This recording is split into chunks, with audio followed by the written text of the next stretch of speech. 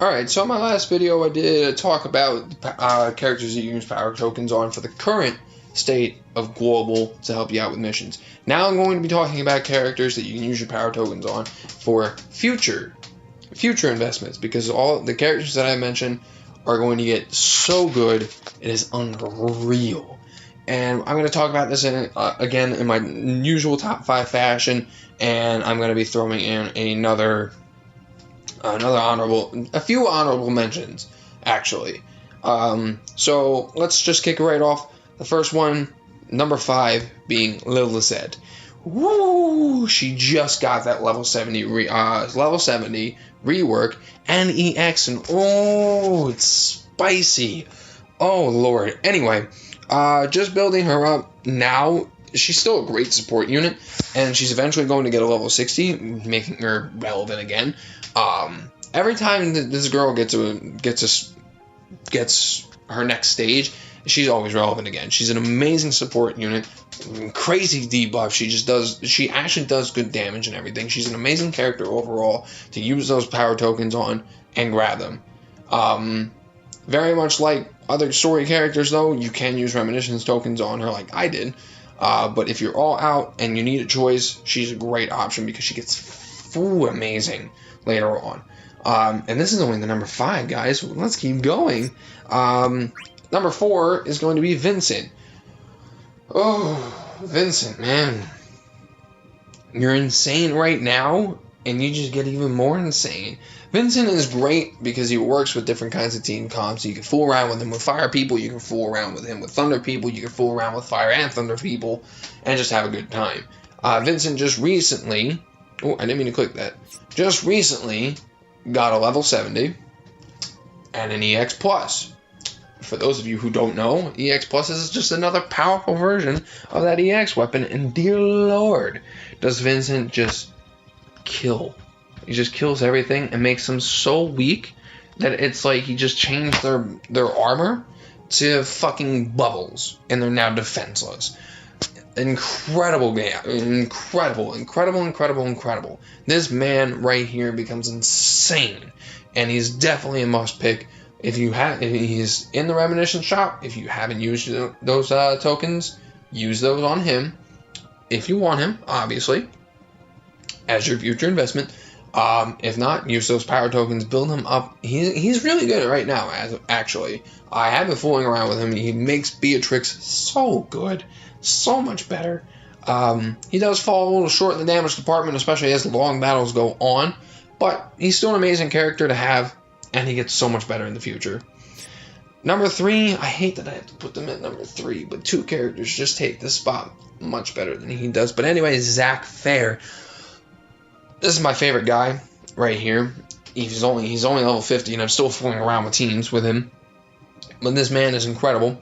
He gets a level 60 and an EX. Then he gets a level 70 and a rework. And Jesus fucking Christ, does he do damage. So Zack is a tank hybrid where he makes them attack him and he does damage. And he can heal himself a little bit. That just gets better and better and better. To the point where at his level 70, he takes literally no fucking damage.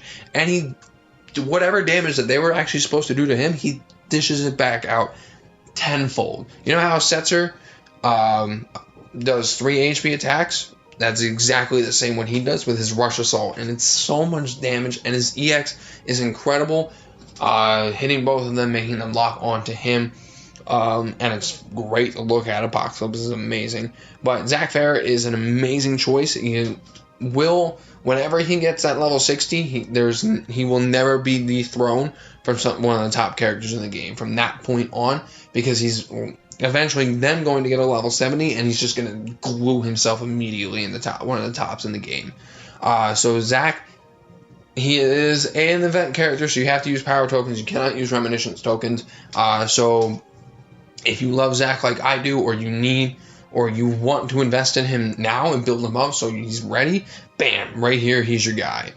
And then moving on to our last 2, these 2 characters just get so insanely good, it's just disgusting. And we're going to move on to number 2, and we're just going to talk about it. It's going to be, number 2 is Warrior of Light. Right now, Warrior of Light he's really not all that great. But as soon as he gets that rework, which should be very soon, it is disgusting what he becomes. He becomes the biggest Brave battery, one of the biggest Brave batteries in the game. Mitigates almost all damage with Shining Shield because he now throws up the AoE and it combines with the HP attack, and that Shining Shield then is now a Brave battery. Throw Buckler does so much more damage.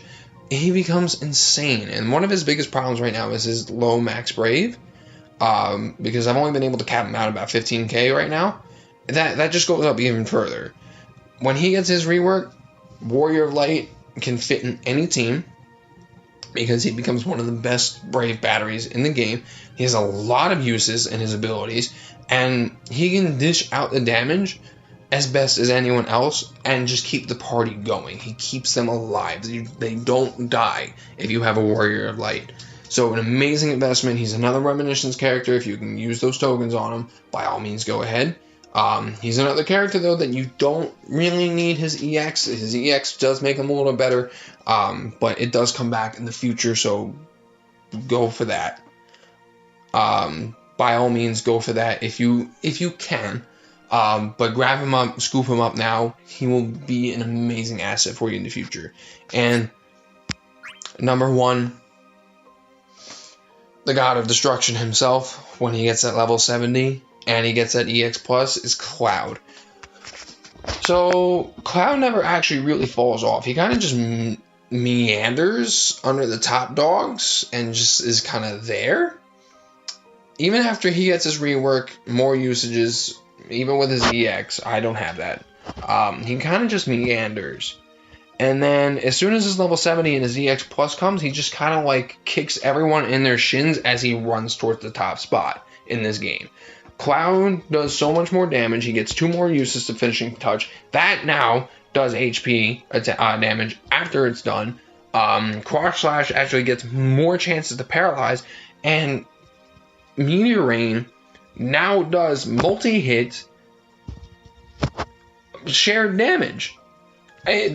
It's 100% shared damage between the two of it. It's not split anymore. So he's slapping 50-50, 50-50. It's unreal.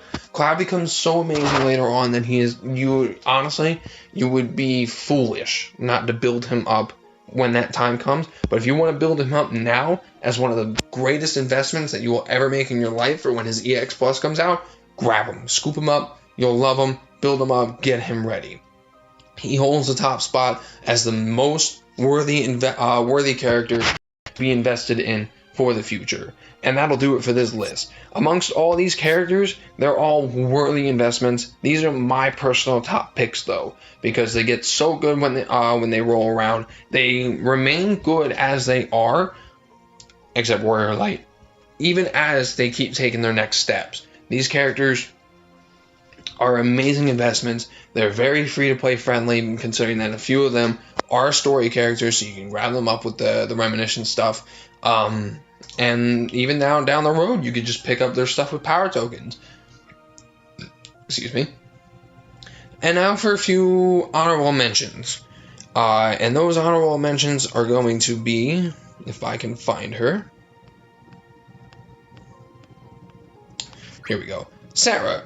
The only reason why she's an honorable mention is because Sarah becomes insanely good later on, and she has a lot of utility uses. She just has a low max Brave that she can't cap over because they didn't give her overflow. She's an amazing character. She helps lower damage because she inflicts the wound that poisons and lowers her initial Brave, and she gets an EX weapon that does really good damage. It's just, without the overflow and that low max Brave issue, she's good on a lot of team comps. It's just you have to really work with her. You have to understand her and whatnot in order to get the best out of her. Next up, I'm scrolling all the way back up for this, is going to be Lena. Lena actually just recently got some new stuff and an EX on JP. And just much better of a character. Her rapid fire does so much more damage. Her mastery comes up a lot quicker. The Winddrake arrow does so much better for the Brave Battery, and her EX is, ooh, it's gorgeous. I love it. She's an amazing character to start working on now. Just not really top 5 potential in my picks, or even really all that great compared to a lot of other options, but she does get good enough to be worthy for me to mention her as an honorable mention. And the last honorable mention I'm going to talk about is going to be Lightning. Lightning actually just recently got her rework on JP. Correct me if I'm wrong, if it's just a level 70, but she does a lot of damage now. And her Flourish of Steel and Spark Strike actually got better utility, and her EX is just flashy as hell. It looks great, but she's a great DPS unit. As much as I fucking hate her, I hate Lightning. As much as I dislike her as a character, she does get a lot better later on, and is a very solid DPS choice. You can fool around with her in a lot of team comps, just as you can with many DPS units. But if you want to invest in her now, by all means, go ahead. She's a great character to have. Alright, but that'll do it for this video. These are my top picks for characters that I think are going to be extremely worthy investments with your power tokens to start building up in the future, and characters to look out for as they come back. My honorable mentions really aren't really all those great of a characters, just characters I think that are fun and who will still serve what they're meant for. Obviously, there are going to be better characters than the ones that I chose for the honorable mentions. But hey, these are characters that you could still spot that if you like them, they will still get the job done for you. But that'll do it for this video, guys. Thanks for watching, and I'll see you next time.